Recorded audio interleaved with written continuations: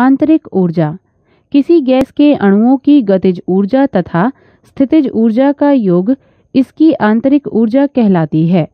इसे U से प्रदर्शित करते हैं। गैसों के अणुगति सिद्धांत के अनुसार एक आदर्श गैस के अणुओं में पारस्परिक अंतराअणुक बल शून्य होता है, अतः उनमें स्थितिज ऊर्जा शून्य होती है।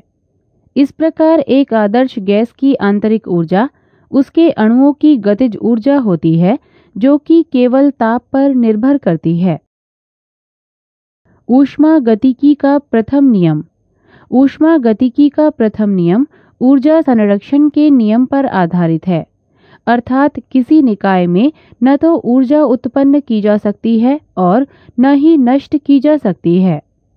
माना एक सिलेंडर जिसमें एक चलनशील पिस्टन लगा है, कोई गैस भरी है। निकाय को Q ऊष्मा देने पर दो परिवर्तन हो सकते हैं। एक, इससे गैस का ताप बढ़ सकता है तथा इस प्रकार इसकी आंतरिक ऊर्जा Q बढ़ती है। दो, इससे गैस का प्रसार करने पर निकाय द्वारा कार्य करने में ऊर्जा प्रयुक्त होती है। ऊष्मागतिकी के प्रथम नियम के अनुसार किसी निकाय को Q ऊष्मा देने पर उसका कुछ भाग निकाय की आंतरिक ऊर्जा डेल्टा U में वृद्धि करने में तथा शेष भाग निकाय द्वारा कार्य W करने में व्यय होता है। गणितीय रूप से Q = डेल्टा U + W।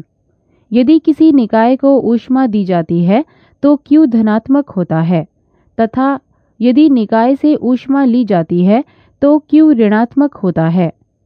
यदि निकाय द्वारा कार्य किया जाता है तो W धनात्मक होता है तथा आंतरिक ऊर्जा घटती है।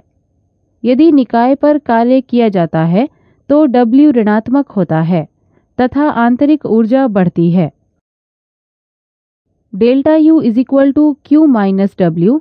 आंतरिक ऊर्जा में वृद्धि के लिए डेल्टा U धनात्मक तथा कमी के लिए डेल्टा U ऋणात्मक लिया जाता है। उदाहरण एक, माना एक सिलेंडर जिसमें चलनशील पिस्टन लगा है में कोई गैस भरी है। माना गैस को ऊष्मा दी जाती है। यदि पिस्टन स्थिर है तब आयतन में परिवर्तन नहीं होगा, इसलिए डेल्टा V = 0। अतः गैस द्वारा कृत कार्य W = P delta V = P × 0 = 0। ऊष्मागतिकी के प्रथम नियमानुसार Q = डेल्टा U + W या Q = डेल्टा U, चूँकि W = 0। अतः निकाय जैसे कि गैस को दी गई संपूर्ण ऊष्मा गैस की आंतरिक ऊर्जा बढ़ाने में प्रयुक्त होती है। तो यदि पिस्टन गतिशील है तो ऊष्मा ग्रहण करके गैस प्रसारित हो जाती है। इसीलिए दी गई ऊष्मा Q दो प्रकार से प्रयुक्त होती है। गैस की आंतरिक ऊर्जा में वृद्धि करने में, निकाय द्वारा कार्य करने में। इसलिए Q = डेल्टा U + W।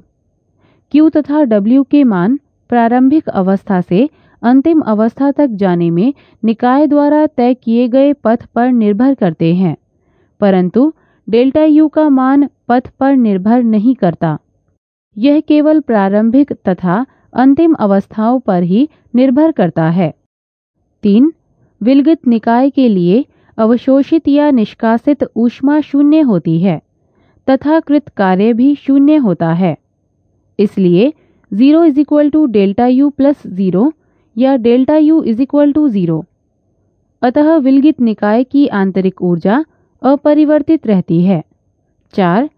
चक्रीय प्रक्रम में आंतरिक ऊर्जा में परिवर्तन शून्य होता है, क्योंकि निकाय अपनी प्रारंभिक अवस्था में पुनः लौट आता है। इसलिए Q = 0 + W या Q = W। अतः किसी चक्रीय प्रक्रम में किसी निकाय को दी गई ऊष्मा निकाय द्वारा किए गए नेट कार्य के बराबर होती है।